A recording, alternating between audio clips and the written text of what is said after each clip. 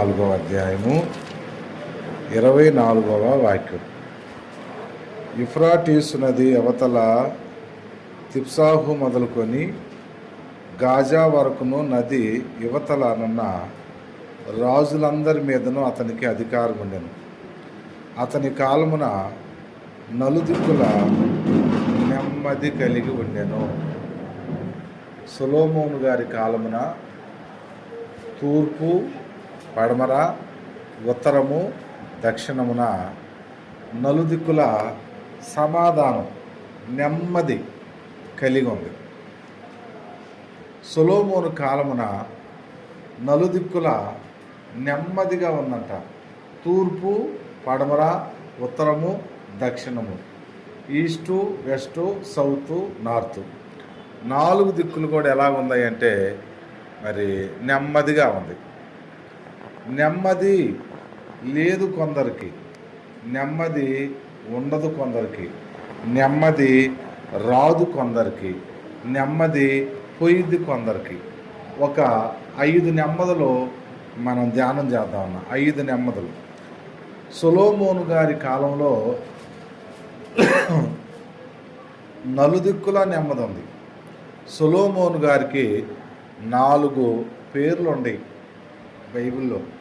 సొలొమోను గారికి 4 పేర్లు ఉన్నాయి. మొదటిది సొలొమోను, రెండవది సొలొమోను అనే పేరు దావీదు గారు పెట్టాడు. సొలొమోను అనగా సమాధానకర్త. సొలొమోను అనగా సమాధానకర్త. నాతాను దేవుని చేత పంపబడి ఈ సొలొమోనుకి ఏమని పేరు పెట్టబడిందంటే యాదిద్య. యాదిద్య అనగా యెహోవాకు ప్రియుడు అని అర్థం. సొలొమోను తల్లి సొలొమోనుకి లెమూయేలు అనే పేరు పెట్టింది. లెమూయేలు. సొలొమోనుకి ప్రసంగి అనే పేరు ఉంది. మొత్తం సొలొమోను, యాదిద్య, మూడవది లెమూయేలు, 4వది ప్రసంగి. 4 పేర్లు ఉన్నాయి. ఈ సొలొమోను గారి కాలంలో దేశంలో నెమ్మది ఉంది. నలుదిక్కుల చుట్టూ నెమ్మది ఉంది. ఒక 5 నెమ్మదులు మనం ధ్యానం చేద్దాం. 5 నెమ్మదులు. మొట్టమొదట ఎప్పుడు మనిషికి నెమ్మది వచ్చింది? ఎప్పుడు మనిషికి నెమ్మది వచ్చింది అంటే 122వ కీర్తన 7వ శరణం. 122వ కీర్తన 7వ శరణం. 122వ కీర్తన 7వ శరణం.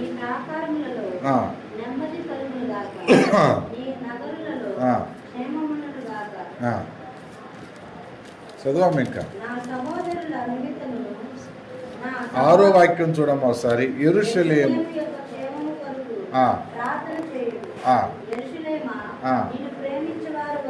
చూసావయ్యా. యెరూషలేము క్షేమము కొరకు ప్రార్థన చేయండి. యెరూషలేమా నీ కొరకు ప్రార్థన చేసేవారికి ఏముందో తెలుసమ్మా? చదువు పాస్టర్ 6వ వచనం. యెరూషలేము యొక్క క్షేమం కొరకు ప్రార్థన చేయండి. యెరూషలేమా నిన్ను ప్రేమించేవారు ఏమవుతారంటే వర్ధిల్లుతారు. గయా ప్రార్థన చేసేవారికి క్షేమం ఉంది. యెరూషలేమును ప్రేమించే వారికి వర్ధిల్లే అనుభవం ఉంది. ఈ 2 అనుభవాలు కలిగిన వాళ్ళు నీ ప్రాకారములలో నెమ్మది ఉన్నది. ఎవరికి నెమ్మది అంటే యెరూషలేము కొరకు క్షేమం కొరకు ప్రార్థన చేసేవాళ్ళు. క్షేమం కొరకు ప్రార్థన చేసే వాళ్ళకి, యెరూషలేముని ప్రేమించే వాళ్ళు వర్ధిల్లుతారు. వారి నగర ప్రాకారంలో, ఇంటి సరిహద్దుల్లో నెమ్మది ఉంటుందట. మొట్టమొదట ప్రార్థన మనకు అవసరం. మొట్టమొదట నిజంగా మరి కోడేశ్వరరావు కుటుంబాన్ని బట్టి ఎంతో సంతోషం. ఎందుకు సంతోషం అంటే ఇలాంటి ఉబ్బలో చెమటలు దారబోయేటటువంటి ఈ యొక్క మరి రోజుల్లో బైబిల్ చదువుకొని ప్రార్థన చేసుకొని బయటకు వస్తున్నారు. అవునా కాదయ్యా? బైబిల్ చదువుకొని బైబిల్ చదువుకోవటం, ప్రార్థన చేసుకోవటం క్రమం తప్పకుండా చేసుకుంటారు. మీరు ఉదయకాల సమయంలో లేచి ప్రార్థన చేసుకుంటారని మీరు చెప్తారు. అంతేగాక వీళ్ళు సాయంకాలం, వాళ్ళు ఉదయకాలం. మీరు ఏదైనా ప్రార్థన నెమ్మదినిచ్చింది, ప్రార్థన ధైర్యాన్ని ఇచ్చింది, ప్రార్థన ఓర్పునిచ్చింది, ప్రార్థన సహనాన్ని ఇచ్చింది, ప్రార్థన ఆదరణ ఇచ్చింది, ప్రార్థన ఆశీర్వాదాన్ని ఇచ్చింది, ప్రార్థన నిరీక్షణ ఇచ్చింది, ప్రార్థన విశ్వాసాన్ని పురుకొల్పిద్ది ప్రార్థన. అందుకనే యెరూషలేము కొరకు మీరేం చేయండి అంటే క్షేమం కొరకు ప్రార్థన చేయండి. యెరూషలేముని ప్రేమించేవాళ్ళు వర్ధిల్లుతారు. యెరూషలేముని నువ్వు ప్రేమించావా, నిన్ను ఆయన ప్రేమించా అంటే వర్ధిల్లుతాడు. సమూయేలు 2వ గ్రంథం 5వ అధ్యాయం 10వ వాక్యం. సమూయేలు 2వ గ్రంథము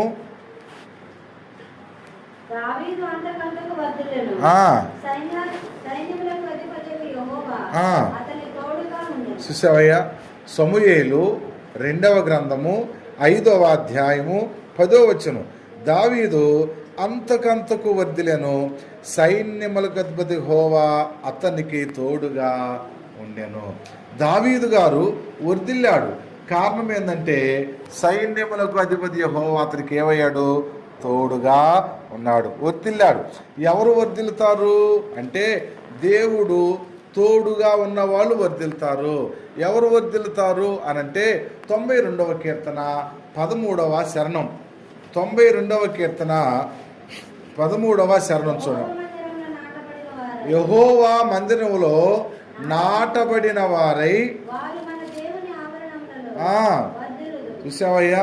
92వ కీర్తన 13వ శరణంలో యెహోవా మందిరములో నాటబడిన వారై వారు మన దేవుని ఆవరణములలో వర్ధిల్లుతారు. దేవుని మందిర ఆవరణంలో నాటబడితే అర్థమైందయ్యా? మనము దేవుని ఆవరణంలో నాటబడిన వారముగా ఉంటే ఖచ్చితంగా దేవుడు మనల్ని ఏం చేస్తా అంటే వర్ధిల్ల చేస్తాడు. ఒకటి, యెరూషలేమును ప్రేమించిన వారిని వర్ధిల్ల చేస్తాడు. రెండవది, ఆయన మందిరావరణంలో నాటబడిన అనుభవం కలిగినటువంటి వారిని వర్ధిల్ల చేస్తాడు. మూడవది, దేవుని యొక్క మార్గంలో ప్రయాణం చేసేవారిని వర్ధిల్ల చేస్తాడు. యెహోషువ గ్రంథము 1వ అధ్యాయము 8వ వాక్యం చూడండి. యెహోషువ గ్రంథము 1వ అధ్యాయము 8వ వాక్యం. ఈ ధర్మశాస్త్ర గ్రంథమును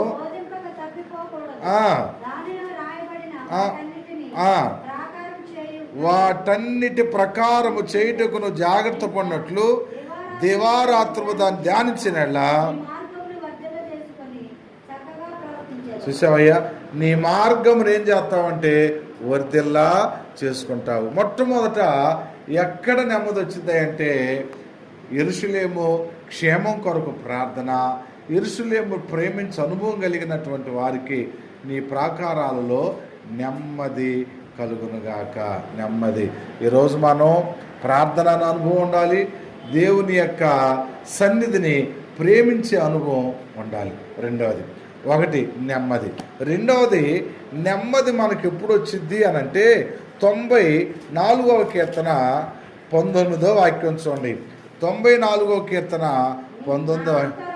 నా అంతరంగమందు విచారములు హెచ్చగా నీ గొప్ప ఆదరణ నా ప్రాణమునకు నెమ్మది కలుగజేయుచున్నది. నా అంతరంగమందు విచారములు ఎచ్చగా. నా అంతరంగంలో విచారం. దావీదు గారు ఏమన్నాడు? నా ప్రాణమా యెహోవాని సన్నుతించుము. 103వ కీర్తనలో ఆ మాటలు రాయబడి ఉంటాయ్యా. 103వ కీర్తనలో నా ప్రాణమా యెహోవాని సన్నుతించుము, సమస్తమా ఆయన పరిశుద్ధ నామాన్ని సన్నుతించుము. నా ప్రాణమా యెహోవాను సన్నుతించుము, ఆయన చేసిన ఉపకారాల్లో దేనిని మర్చిపోవద్దు. నా అంతరంగములో ఉన్న మరి అన్నిటిని కూడా, నా అంతరంగములో ఉన్న సమస్తమా ఆయన పరిశుద్ధ నామాన్ని ఏం చేయంటే సన్నుతించుము. ఎందుకంటే దేవుడు అంతరంగములో ఉన్న సత్యాన్ని కోరుతున్నాడు. దేని కోరుతున్నాడు తెలుసయ్యా? ఆయన ఏం కోరుతున్నాడు అంటే నా అంతరంగములో ఉన్న సత్యాన్ని ఆయన కోరుతున్నాడు. 51వ కీర్తన మీరు చూడండి. 51వ కీర్తనలో మీరు చూసినట్లయితే, నీవు అంతరంగములో సత్యమును కోరుచున్నావు, ఆంతర్యమున నాకు జ్ఞానము తెలియజేయదువు. ఏం కోరుతున్నాడు అంటే నీవు అంతరంగములో సత్యమును కోరుతున్నాడు. నా అంతరంగములో ఏముంది? ఇప్పుడు 94వ కీర్తన 19వ వాక్యంలో ఏం చెప్తున్నాడు?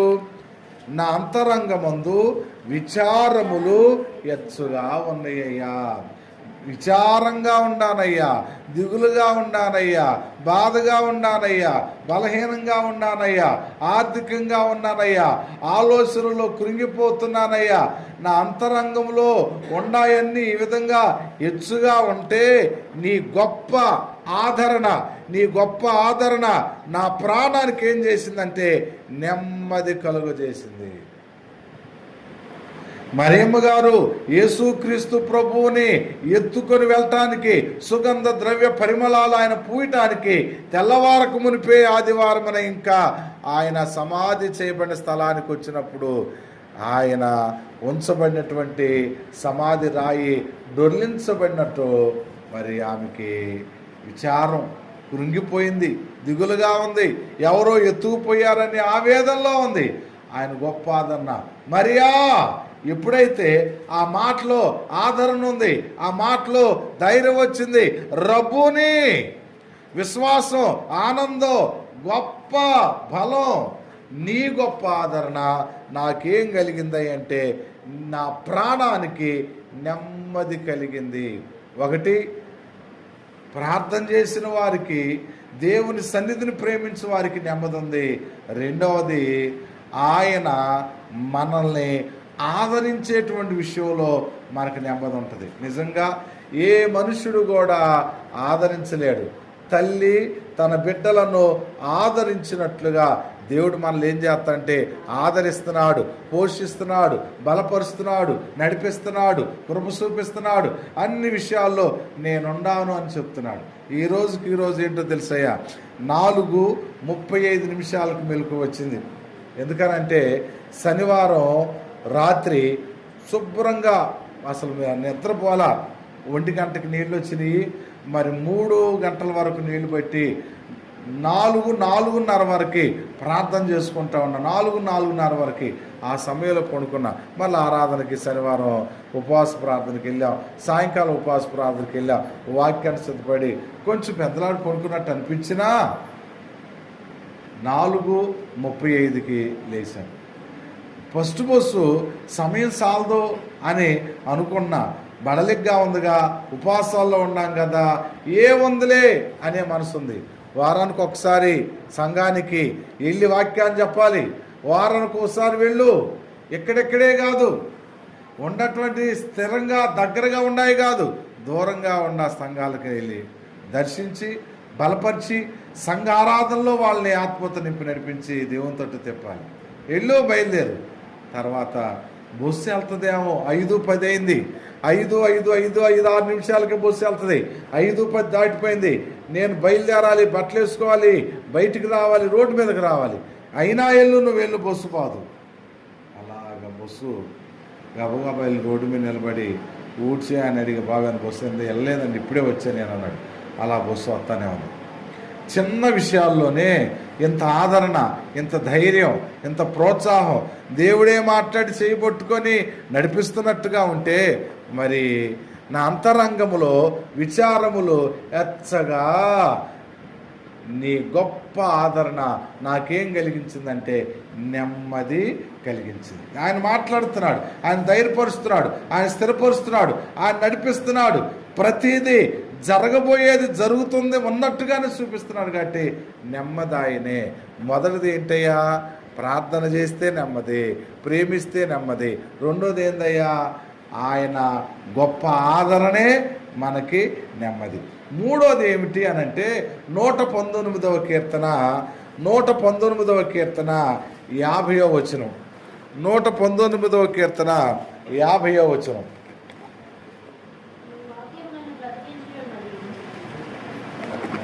చదువమ్మా. చూసావమ్మా, నీ వాక్యము నన్ను బ్రతికించి ఉన్నది. ఇదే బాధలలో నెమ్మది కలుగజేస్తుంది. చూసావయ్యా, నీ వాక్యం నన్నేం చేస్తుందంటే బ్రతికిస్తుంది. బాధ వచ్చినప్పుడు, బలహీనత వచ్చినప్పుడు, ఇబ్బంది వచ్చినప్పుడు, ఇరుకు వచ్చినప్పుడు, సమస్య వచ్చినప్పుడు, శోధన వచ్చినప్పుడు, మరొకమైనవి వచ్చినప్పుడు నాకేం కలుగు చేస్తుందంటే వాక్యం నెమ్మదిస్తుంది. బాధ వచ్చిందని బంధువుల దగ్గరకు పోయి పంచుకుంటే బాధ పోగా బాధ బలపడిద్ది. ఇంకా బాధ పోగా బాధ బలపడిద్ది, ఇంకో రకంగా మారిద్ది అది. కానీ నీ వాక్యము నన్ను ఏం చేస్తుందంటే బ్రతికిస్తుంది. నీ వాక్యం నన్ను ఏం చేస్తుందంటే నెమ్మది. వ్యక్తిగతంగా బైబిల్ ఏమైనా చదువుకున్నావా చార్లెస్? బైబిల్ చదువుకు వ్యక్తిగతంగా. ఈ అబ్బాయి చదువుతున్నావయ్యా బైబిల్? తెల్లారు లేచిన కానిసి, పొద్దున్న లేచిన కానిసి. ఎలియాజర్ అయితే చార్లెస్ పొద్దున్న లేగటం, నోట్లో నీళ్ళు పోసుకోవటం, బైబిల్ తీసుకొని కూర్చుంటాడు. టిఫిన్ కంటే ముందు, అన్నిటికంటే ముందు బైబిలే. మధ్యాహ్నం బైబిలే, సాయంకాలం బైబిలే, కొనుక్కునేటప్పుడు బైబిలే, నిద్రలో కూడా బైబిలే కలవరుతాయి అయ్యా. ఎందుకంటే పాస్టర్ గారు వాళ్ళ అబ్బాయి కదా, ఇక సెల్ ఫోన్ అతనికి తెలియదు. బైబిలే, ప్రార్థనే, ప్రతిదానికి, కానిదానికి, లేనిదానికి, ఉన్నదానికి అన్నిటికీ ప్రార్థన చేసుకునే అలవాటు. ప్రతిదానికి నెమ్మదిగా ఆలోచిస్తాడు. అరవడు, కేకలేయడు, విసుక్కోడు. ఎంత నెమ్మదిగా ఉంటాడు.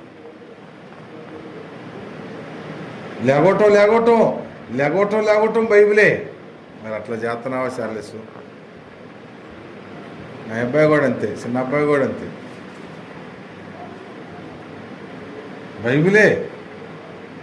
సెల్లు అసలు అంటుకోరు, ముట్టుకోరు. నిజమయ్యా, అట్లా ఉంది పరిస్థితి. నీ వాక్యము నన్ను బ్రతికించేది. వాక్యం, దేవుని వాక్యం మనల్ని బ్రతికించిద్ది. దేవుని వాక్యం మనల్ని బ్రతికించటమే కాదు, దేవుని వాక్యం మనల్ని బలపరిచిద్ది.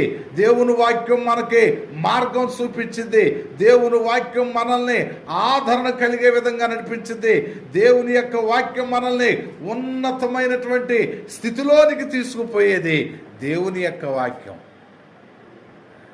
నీ వాక్యం నన్ను బ్రతికించడమే కాదు, నీ వాక్యాన్ని నేను చదువుతూ ఉంటే, నీ వాక్యాన్ని నెమరవేస్తూ ఉంటే నా ప్రాణానికి ఎలాగుందంటే క్రొవ్వు, మెదడు దొరికినంత తృప్తిగా ఉంది. దేవుని వాక్యం నెమ్మదిని మనకిచ్చేది. దేవుని యొక్క సన్నిధిని కొరకు ప్రార్థన చేసిన, ప్రేమించిన నెమ్మది ఉంది. రెండవదయ్యా, నా అంతరంగములో విచారములు ఎచ్చగా నీ గొప్ప ఆదరణ నాకేం కలిగిందంటే నెమ్మదినిచ్చింది. మూడోది ఏందంటే నీ వాక్యము నేను చదువుతూ ఉంటే నాకేం కలిగిందంటే బ్రతుకునిచ్చింది, బ్రతికిచ్చింది, బలపరిచింది, మనల్ని గొప్పవానిగా చేసింది. బాధ వచ్చినప్పుడు వాక్యాన్ని ఎత్తి ప్రార్థన చేసుకుంటుంటే, బాధ వచ్చినప్పుడు వాక్యాన్ని ఎత్తి ప్రార్థన చేసుకుంటే నెమ్మది వచ్చిందంట. దుప్పి నీటి వాగుల కొరకు ఆశపడుతున్నట్లు దేవా నీ కొరకు నా ప్రాణము ఆశపడుతుంది అన్నాడు. దుప్పి నీటి వాగుల కొరకు ఎప్పుడు ఆశపడుతుందంటే, దుప్పికి వేటగాడి బాణం శరీరంలో గుచ్చుకున్నప్పుడు ఆ గుచ్చుకున్నటువంటి బాణాన్ని అది చనిపోకపోతే, బాణం ఏదో సూసాయిగా తగిలితే శరీరంలో ఉండిపోతే దాన్ని ఏదో ఒక చెట్టుకి బాణాన్ని ఎరగదీసుకొని వెళ్ళిన తర్వాత అది మొట్టమొదట ఆ దుప్పి దేని వైపు దిగులాడిద్దాయి అంటే యజమానుడు ఉండాడా, నేను నా గూడాడా కాదంట, అది నీళ్ల కొరకు దిగులాడిదంట. గాయం ఎప్పుడైతే తగిందో ఆ గాయం మానాలంటే, దానికి బలం రావాలంటే, దానికి ఊరట, దానికి ఉన్నటువంటి ఆ యొక్క బాధలో నెమ్మది రావాలంటే నీటి వాగు కొరకు దిగులాడిదంట. గాయం అయినప్పుడు అది విశ్రాంతి కొరకు దిగులాడదంట. కానీ నీటి వాగులు ఆడుండి దిగులాడి నీటి వాగుల కొరకు వెళ్ళిద్దంట. అది చూసావయ్యా, దుప్పి నీటి వాగుల కొరకు ఆశపడుతున్నట్టు దేవా నీ కొరకు నా ప్రాణము ఆశపడతా ఉంది. ఎందుకని? దేవుని యొక్క వాక్యం మనల్ని బ్రతికించేది, దేవుని యొక్క వాక్యం మనల్ని ఉన్నతంగా తీసుకుపోయేది. అందుకనే నీ వాక్యం నన్ను బ్రతికించింది. ఇదే బాధల్లో నాకేం కలుగు చేసిందంటే నెమ్మదినిచ్చేది. బాధ అయినా ఇంకోటైనా మనకేమిచ్చిందంటే నెమ్మదినిచ్చేది. అవునా కదయ్య? ఇంకా ఏంటి మనకి నెమ్మదినిచ్చేదంటే 119వ కీర్తన మనకోసారి చదివితే 119వ కీర్తన 119వ కీర్తన 165వ వాక్యం. నీ ధర్మశాస్త్రమును ప్రేమించు వారికి ఎంతో నెమ్మది కలదు. దేని ప్రేమించు వారికి? నీ ధర్మశాస్త్రాన్ని ప్రేమించు వారికి ఎంతో, నీ ధర్మశాస్త్రాన్ని ప్రేమించు వారికి ఎంతో నెమ్మది కలదు. 119వ కీర్తన 165వ శరణంలో ఎంత చక్కని మాట చెప్తున్నాడో గ్రంథకర్త పరిశుద్ధాత్మ దేవుడు. నీ ధర్మశాస్త్రమును ప్రేమించు వారికి ఎంతో నెమ్మది కలదు. ధర్మశాస్త్రాన్ని ప్రేమించు, దేవుని వాక్యాన్ని ప్రేమించు. దేవుని వాక్యాన్ని నువ్వు ప్రేమిస్తే నిన్ను ఆయన ప్రేమిస్తాడు. 91వ కీర్తన 14లో ఆ మాటలు రాయబడి ఉంటాయ్యా. 91వ కీర్తన, అతడు నన్ను ప్రేమిస్తున్నాడు గనుక నేను అతన్ని తప్పిస్తాను. చూసావమ్మా, అతడు నన్ను అనగా దేవుని సన్నిధిని, ధర్మశాస్త్రాన్ని, వాక్యాన్ని ప్రేమిస్తున్నాడు కాబట్టి అతడు నన్ను ప్రేమిస్తున్నాడు కనుక నేను అతన్ని ఏం చేయనంటే తప్పిస్తాను. కీడుల్లో నుండి, బలహీనతలో నుండి, ఇబ్బందుల్లో నుండి, శోధనలో నుండి, సకల ఉపద్రవాల్లో నుండి నేనేం చేస్తానంటే తప్పిస్తాను. ఏం చేస్తానే? నీ ధర్మశాస్త్రాన్ని ప్రేమించే వారికి ఎంతో నెమ్మది ఉన్నది. ఈరోజు మనం దేన్ని ప్రేమించాలయ్యా?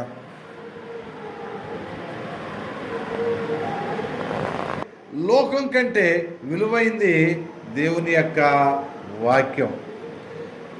నీ ధర్మశాస్త్రాన్ని, యెహోవా ధర్మశాస్త్రాన్ని మనం ప్రేమిస్తే మొట్టమొదట మనకి ఏమొచ్చిందంటే నెమ్మది. మొట్టమొదటి ఏమొచ్చిందా మనకి? నెమ్మది. ఎన్ని నెమ్మదులు చెప్పుకుంటూ వచ్చానయ్యా?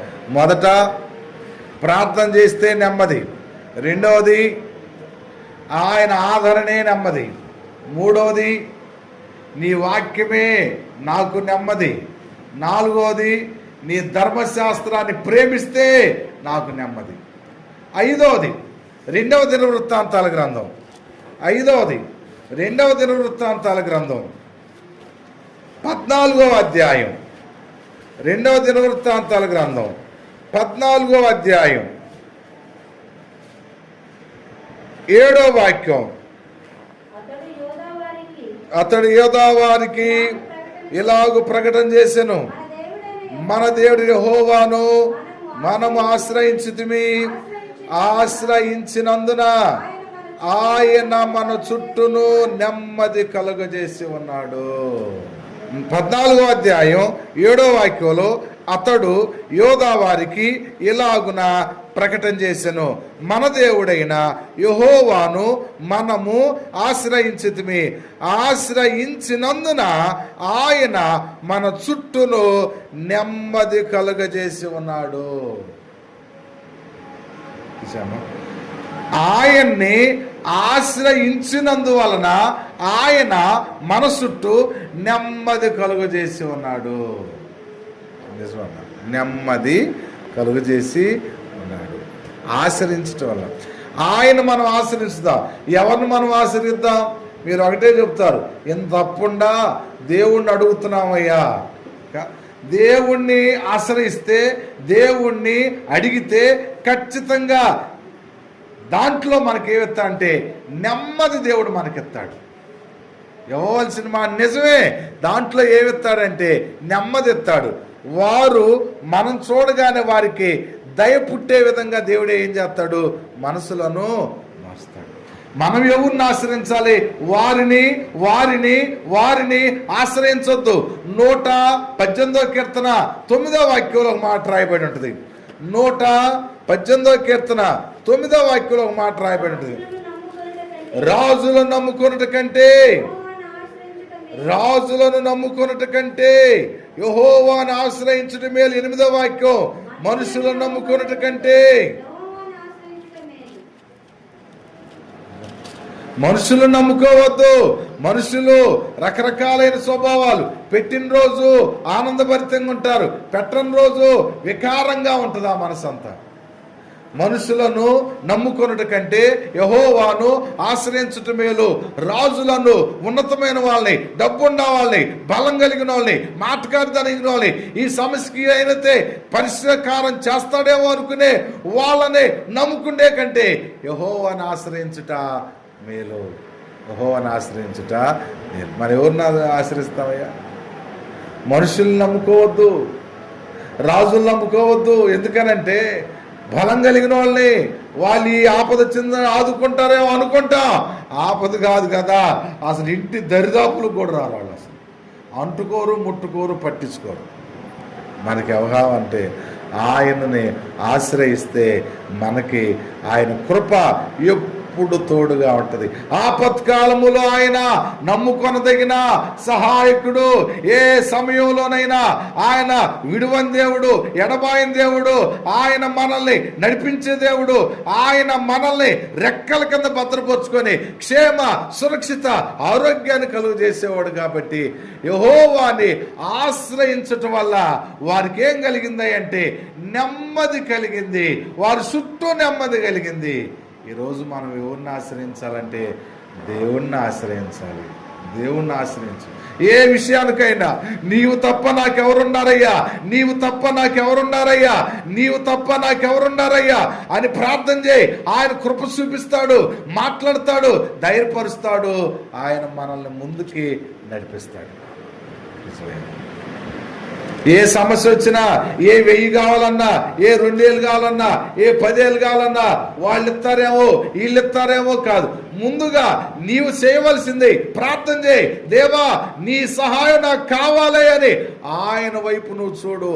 దేవుడు కార్యం చేసే దేవుడు, నమ్మదగిన దేవుడు. ఏ కార్యమైనా అందుకనే వీళ్ళకి ఒకటే చెప్తాను, ఎలియాజరుకైనా ఎబెనేజరుకైనా సర్వోన్నతుడైన దేవుడు దేన స్థితిలో నుంచి ఆయన కృప తోడుగా ఉంచి నడిపించుకుంటూ వస్తున్న దేవుడు. ఆయన ఆనుకుంటే, ఆయన వైపు చూస్తే, ఆయన మీద ఆశ పెడితే, ఆయనలో మనం ఉంటే ఖచ్చితంగా మనకి ఆయన కృప ఎలా ఉంటుంది, తోడుగా ఉంటుంది. ఉంటుందయ్యా. ఎవరిని ఆశ్రయించొద్దు. శాలెస్ ప్రార్థన చేయి. మోకాళ్ళ ప్రార్థన గొప్ప కార్యాలు ఏం చేసిద్ది. యెహోవా ధర్మశాస్త్రం నెమ్మదినిచ్చిద్ది. అర్థమైందయ్యా. ఈరోజు మనకేం కావాలంటే ఎవరితో మనకి పని ఉంది, ఆయన వాక్యం మనకుంటే ఆయన వాక్యమే మనల్ని నడిపించింది. ఆయన వాక్యమే. ఆరో మాట ఇర్మియా గ్రంథం 6:16. ఇర్మియా గ్రంథం 6వ అధ్యాయం 16వ వచనం. యెహోవా ఎలాగూ సెలవిచ్చున్నాడు. ఎక్కడ నిలిచి చూడండి అమ్మా, మార్గములో నిలిచి చూడండి. పురాతనమైన మార్గాల గురించి విచారణ చేయండి. ఏం చేయండి అమ్మా, మేలు కలుగు మార్గం ఏదని అడగండి, అందులో మీరు నడవండి. అప్పుడు మీకు నెమ్మది కలిగిద్ది. మార్గములో నిలబడి చూడు. మార్గంలో నిలబడు. ఏందా మార్గం? గతంలోనే చెప్పుకుంటూ వచ్చాం. జీవ మార్గము, ప్రతిష్ఠించబడిన మార్గమయ్యున్న దేవునిలో నీవు నిలబడగలిగితే, ఆ మార్గమయ్యున్న దేవునిలో నువ్వు ఉండగలిగితే, ఆ మార్గమే నిన్ను ఎక్కడ తీసుకుపోతుందంటే ఆనందకరమైన స్థలంలో నడిపించింది. మొట్టమొదటి నీవు మార్గంలో నిలవబడు. అసలు మనకి నిలవబడటం తెలియాలిగా. ఎక్కడ నిలవబడాలి? దుష్టుల ఆలోచన చొప్పున నడవక, పాపుల మార్గంలో నిలవక, అపహాసులు కూర్చునే చోటు కూర్చోవద్దన్నాడుగా, దుష్టుల ఆలోచన చొప్పున చేయొద్దన్నాడుగా, పాపుల మార్గంలో నిలవద్దన్నాడుగా. ఆ మార్గము ఇంకా రకరకాలుగా తీసుకుపోద్ది. ఆ మార్గం వద్దు. ఏ మార్గం మనకు కావాలి అంటే ఆయన మార్గం. ఆ మార్గం జీవ మార్గం, ఆ మార్గం సత్య మార్గం, ఆ మార్గం ఉన్నతమైనటువంటి పరలోకాన్ని తీసుకుపోయే మార్గం. ఆ మార్గంలో నిలిస్తే నువ్వేమవుతావా అంటే ఖచ్చితంగా యోహాను సువార్త 15వ అధ్యాయం 4వ వాక్యం ప్రకారంగా నువ్వేమవుతావో గ్రంథకర్త చెబుతున్నాడు.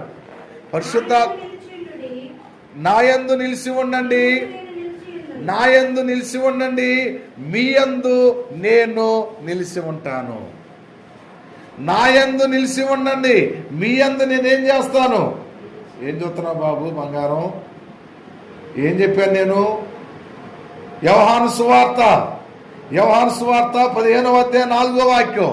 నాయందు నిలిచి ఉండండి. చదువమ్మ, కంటిన్యూ చేయి. నాయందు నిలిచి ఉండండి, మీ యందు కూడా నేను నిలిచి ఉంటాను. తీగ ద్రాక్షవల్లిలో నిలిచి ఉంటేనే గాని తనంతట తాను నిలిచి ఉంటేనే గాని. చూసావయ్యా, మనం ఫలించాలి. ఎలా ఫలించాలి? బహుగా ఫలించాలి. ఎలా ఫలించాలి? అనేకులకు మేలుకరంగా మనం ఫలించాలి. ఫలాలు నిలిచి ఉండాలి. ఆ ఫలాలు ఉపయోగపడాలి.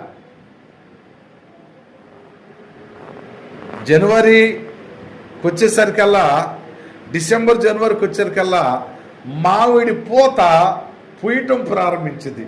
డిసెంబర్లోనే. జనవరిలోకి వచ్చేసరికల్లా చెట్టుల నిండా పూత మోపుగా ఉంటుంది. ఇక ఫిబ్రవరి నుంచి మార్చి నుంచి ఏమవుద్దయ్యా, పిందె కాయ ఏప్రిల్ మేలో ఇక దిగుబడి ఇక అయిపోద్ది. ఈ డిసెంబర్లోనే ఆ యొక్క పెనుగాలులకి తుఫానులకి అది నిలవబడాలి. మంచుకి అది ఇదైపోకుండా ఉండాలి. పూత పిందె కాయ నిలబడాలి. నా యందు మీరు నిలిచి ఉంటే, నేను మీ యందు నిలిచి ఉంటే మీరు ఫలిస్తారు. ఆయనలో మనం నిలబడాలి. ఆయన వాక్యం మనలో నిలబడాలి. అన్నీ మనకు గుర్తుంటాయి. ఎక్కడెక్కడ అన్నీ గుర్తుంటాయి. పోయిన ఆదివారం వాక్యం మనకు గుర్తుంటుంది. ఎందుకని? దాని మీద ఉన్న శ్రద్ధ, దాని మీద ఉన్నటువంటి జాగ్రత్త, దాని రెట్టి మనసులో పదాలు గుర్తు చేసుకుంటారు. ఇచ్చారు. మరి దేవుని వాక్యం ఈ విధంగా దైవజనులు చెప్తున్నారు. నా యందు మీరు నిలిచి ఉండండి.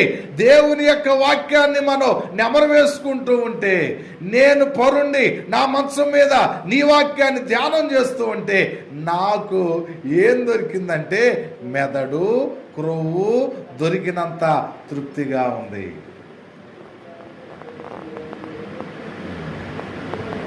నా యందు మార్గములో నిలిచి చూడండి. మార్గంలో నిలవబడిన మొట్టమొదట నిలవబడు. అసలు ఈరోజు నిలవబడ్డామా, పడిపోయావా? రసనా నువ్వు చెప్పురామ్మా.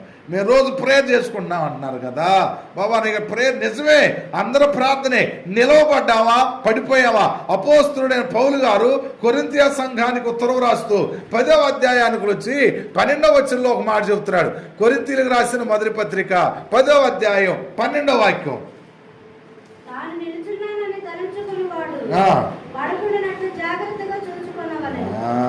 చూసా, తాను నిలుస్తున్నానని తలంచుకునేవాడు పడకుండా జాగ్రత్తగా చూసుకోవాలి. తాను నిలుస్తున్నాను అనుకుంటున్నాడు, పడకుండా జాగ్రత్త చూసుకో. గుడ్డివాడు క్షేమంగా అవకాడకు దాటి వెళ్ళిపోతున్నాడు రోడ్డు. 2 కళ్ళు ఉన్నవాడు లారీ కింద పడుతున్నాడు. అవునా కాదా? నిజమయ్యా. గుడ్డోడు ముందుగానే కర్రటం పెడతాడు, ముందుగానే చేయటం పెడతాడు. అయ్యా ఆగో అంటాడు.